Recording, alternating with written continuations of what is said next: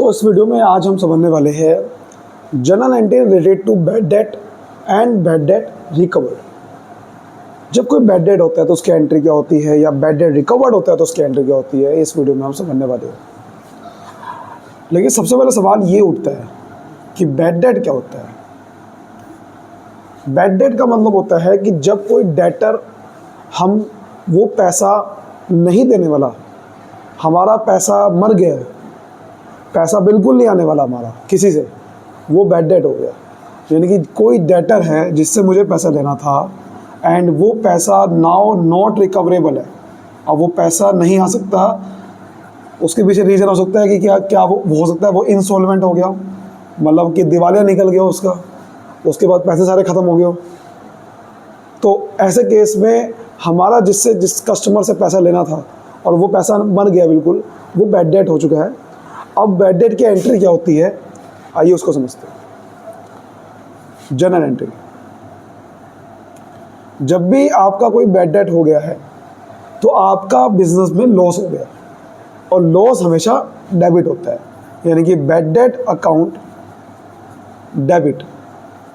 और जिस कस्टमर से आपको पैसा लेना था, अब उसका अकाउंट आपको बंद करना पड़ेगा या कम करना पड़ेगा। जितना आपने उसको पैसा लेना था वो पैसा आपका मर गया, आपका पैसा नहीं मिलने वाला, तो वो कस्टमर का अकाउंट बंद करना है। देखिए, कस्टमर डेटर है, वो एसेट था, और जब एसेट कम होता है तो क्रेडिट होता है। यानी कि आपको डेटर का नाम लिखना है यहाँ पर, डेटर अकाउंट। तो दैट इज़ द एंट्री कि जब भी आपके बिजनेस में बैड डेट होगा तो bad debt account debit to debtor. कई बार क्या होता है कि बैड डेट तो होता है लेकिन साथ में कुछ पैसा मिल जाता है। कई बार डेटर कहता है कि हम आपको कुछ पैसा दे रहे हैं और कुछ पैसा बैड डेट हो जाएगा। फॉर एग्जांपल, एक कस्टमर कह रहा है कि मैं आपको 5,000 रुपये मैं आपको देने थे, लेकिन मैं आपको 60 पैसे दे सकता हूँ इन रुपी। मतलब कोर्ट में केस गया और वो कह रहा है कि मैं आपको 60 पैसे, जब ऐसी लाइन लिख के आ गई आपके सामने, इसका मतलब होता है बस आपको समझना 60%, क्योंकि 1 रुपये में 100 पैसे आते हैं। वो कह रहे हैं मैं 100 पैसे का 60 पैसे दे सकता हूँ, दैट इज 60% दे सकता है। तो कहने का मतलब ये है कि इसका मतलब आपको क्या करना है, आपको जो पैसा मिल गया वो आपको कैश अकाउंट में लिखना है। जो आपका पैसा बैड डेट हो गया वो आपका बैड डेट अकाउंट में लिखना है, और जो आपका फिर डेटर है उसका अकाउंट आपने बंद कर देना है क्रेडिट में। जैसे इस कस्टमर से मैंने मान लो 5,000 रुपये लेने थे, तो हम कस्टमर के अकाउंट में 5,000 लिखेंगे। अगर वो कह रहा है कि 60% पैसा मिल गया है तो इसका 60% कैश अकाउंट में लिखेंगे, और जो बच गया वो पैसा नहीं मिला वो हो गया बैड डेट। तो इस तरह से बैड डेट की एंट्री करते हैं। उम्मीद करता हूँ आपको समझ में आ गई होगी। आइए आप समझते हैं बैड डेट रिकवर्ड क्या है। बैड डेट रिकवर्ड क्या होता है, कई बार कोई बैड डेट होता है बहुत पुराने साल का या पिछले साल का, और वो हमें अब पैसा दे देता है। वो कहता है कि देखो अब हम आपको पैसा देते हैं, अब हमारे पे पैसा आ गया, पहले नहीं दिया था। पहले हमने उसकी एंट्री पास कर ली थी bad debt account debit to debtor, ठीक है। पहले तो हमने उसकी बेचारे की एंट्री बैड डेट की कर ली थी।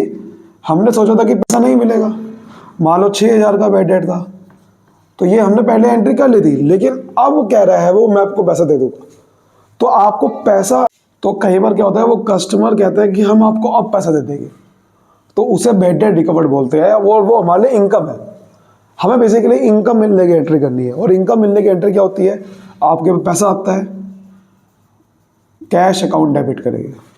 मान लो 6,000 में से उसने कहा कि मैं आपको 2,000 रुपये दे दूंगा, तो पैसा आया आपके पास, कैश अकाउंट डेबिट करेंगे और इनकम का नाम लिखेंगे।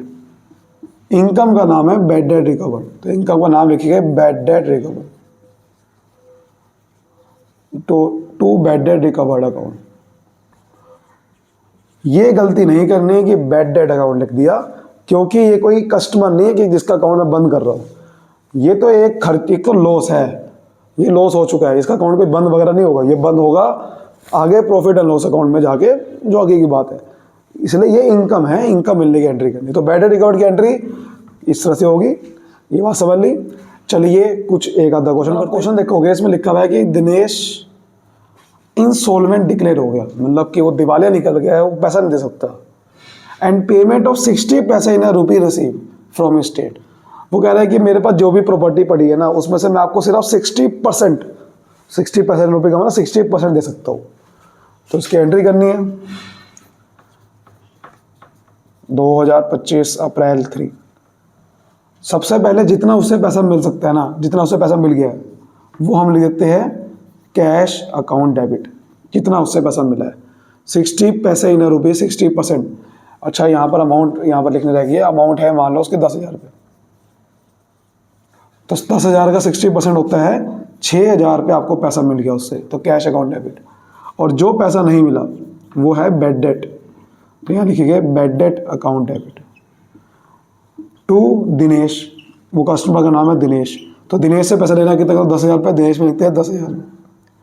तो 10,000 में 6,000 मिल गया, इसका मतलब 4,000 रुपये क्या हो गया बैड डेट। इस तरह से करेंगे, ठीक है। ऐसे आगे अगली देखते हैं अप्रैल 15 को, अप्रैल 5 को अजय सिंह डिक्लेयर इंसॉल्वेंट। अजय सिंह भी इंसॉल्वेंट हो गया है।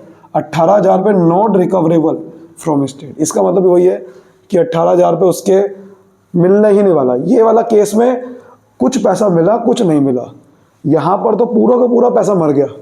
तो यहाँ पर सीधा एंट्री क्या करेंगे, bad debt account debit to, नाम है उसका अजय सिंह, नाम नहीं होता तो डेटा लिखते,